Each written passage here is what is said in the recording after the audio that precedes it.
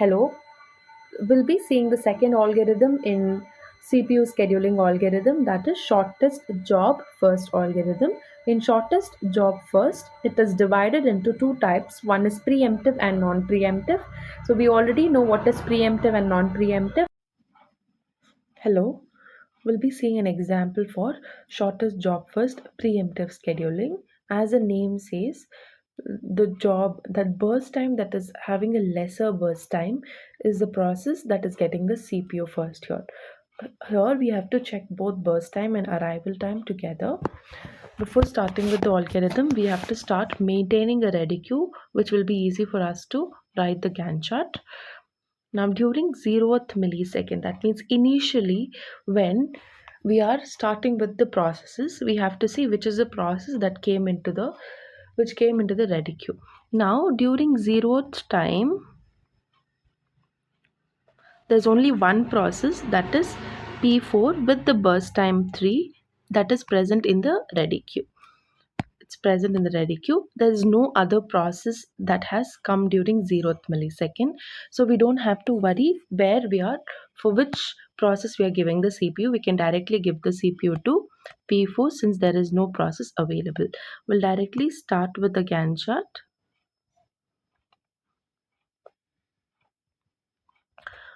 From 0, P4 gets the CPU, it completes 1 millisecond. During 1 millisecond, there is one more process that is coming in the ready queue, that is P3. So P3 has come, but P3 has a burst time of 8 millisecond. When we compare 8 and 3, which is having the shortest burst time, 3 is having the shortest burst time. So P4 will continue to another millisecond, that is 2 millisecond. During 2 millisecond, P1 comes. So P1 will come. If you see, 6 is the burst time, 6, 8 and 3. Comparing 6, 8 and 3, 3 is a lesser burst time. So you will go with another one more millisecond, that is 3 millisecond. So during 3rd millisecond, there is no process that came into ready queue. If you see, P4 had a burst time of 3 and it has already completed its task. So P4 is done. You are removing the P4 from the CPU. Now we have P3 and P2. In P3 and P1, which is the process having lesser burst time is P1, because P1 has 6. So you will be giving the CPU to P1, that is P1 will come here. P3 is inside the ready queue. P1 will complete 1 millisecond, that is 4. So during 4 millisecond, there is a process called P5 that is coming. P5 has a burst time of 4. P3 had a burst time of 8. P1 had a burst time of 6. Now P1 already executed for 1 millisecond. That means after 6 it is 5. Now I'll do the changes here. Now the remaining burst time, updated burst time is 5. Okay, so 5, 8 and 4. When we compare, 5 is having a burst time less. That means we have to stop P1 here. We have to send P5. P3 remains here. P1 stays here. P5 will go and it starts executing. So P5 had a burst time of 4. So it completes 1 millisecond, that is during 5. During 5, there is one more process that is coming. During arrival time 5, there is one process coming called P2. P2 has a burst time, that is 2. Now we have to write the burst time. If you write the burst time, it will be easier for you to understand. P5 had how much? 4. P3 had how much? 8. P1 had 5. P2 had 2. So when you see P5 has executed for 1, so the updated time is 3 here. It has executed 1, so the updated time is 3. I'll update here to 3 now. Now 3, 8, 5, 2. If you see which is having a lesser burst time, P2. So you have to stop P5 right here. Then you will be giving the CPU to P2. P3 will be here, P1 and P5 remain as it is. So P2 gets the CPU next. So P2 will complete the task. Since all the processes have already arrived, you don't have to look into arrival time. You can start doing the problem. P2 has arrival burst time of 2. So 5 to 6, 6 to 7. P2 completes the task. Now P2 is completed. Now in P3, P1 and P2, which is having a lesser burst time, P3 has 8, P1 has 5, P5 has 3. So P5 will go next because of the shortest burst time. P5, 3, 7, 8, 9 and 10. Here I'll give it to P5, P3 and P1 was here. Now P5 has completed the task. Left is P3 and P1. When you see P3 and P1 which is having a lesser burst time, P1. Now this is done. P1 will go, P3 remains here. P1 has a burst time of how much? 5. So 15. P1 is also completed. Last is P3. P3 has a burst time of 8. So P3 will go here. Since that's the last, we don't have a choice. We have to give it to P3. So 15 plus 8 is 23. So this is your shortest job first. It's better if we draw a Gantt chart in a clear way.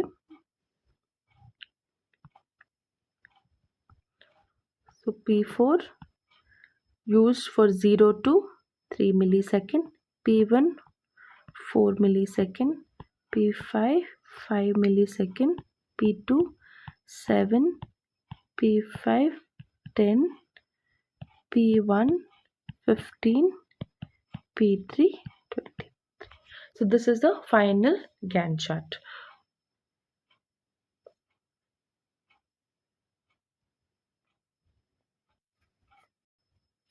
After the Gantt chart, we have to calculate completion time, turnaround time and waiting time. So completion time, I am mentioning it as CT. Completion time, we have to see when has a process completely completed the task. P1, if you see P1 has completed here also and it is here also, you have to see where is P1 completely completed the task.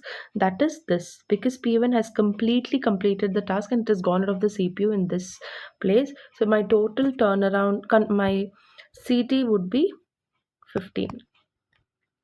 Next one is P2. P2's completion time is 7. P3's completion time will be 23. P4's completion time is 3 and P5's completion time is 10. We have to calculate turnaround time. Turnaround time, the formula would be completion time minus arrival time, CT minus 80. So completion time is 15, 15 minus 2 will be 13 milliseconds.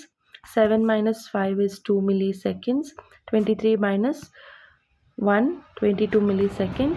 3 minus 0 is 3 milliseconds and 10 minus 4 is 6 milliseconds. The next one is WT, that is waiting time. Waiting time would be turnaround time minus the burst time. Turnaround time is 13 millisecond and the burst time will be 6 millisecond.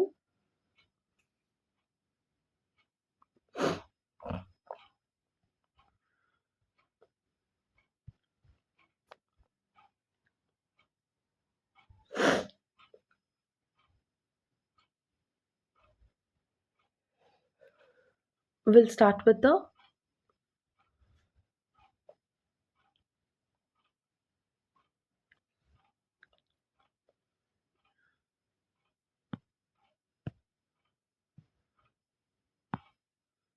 Now we have to find WT. WT is nothing but waiting time. Waiting time, the formula is turnaround time minus the burst time. What is turnaround time here? 13, 12, 2, 22. So 13 minus the burst time is 6. So the answer would be 7 milliseconds. 2 milliseconds minus 2 millisecond is 0 milliseconds.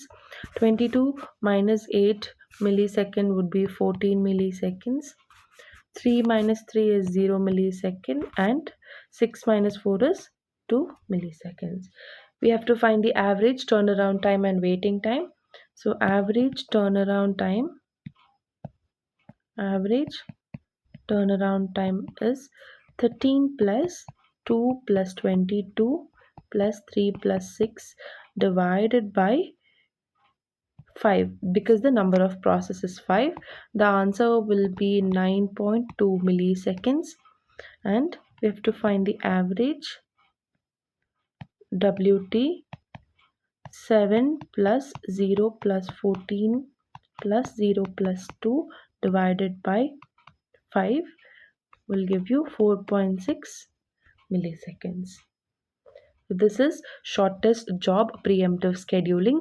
We already understood what is preemptive scheduling. We will be giving the CPU if a process with the shortest jobs comes in the ready queue. So that means we will be pre-emptying the process without completing the task if some other process with the shortest jobs arrives in the ready queue. So this is shortest job preemptive scheduling. In the next video, we'll be checking shortest job non-preemptive scheduling. Thank you.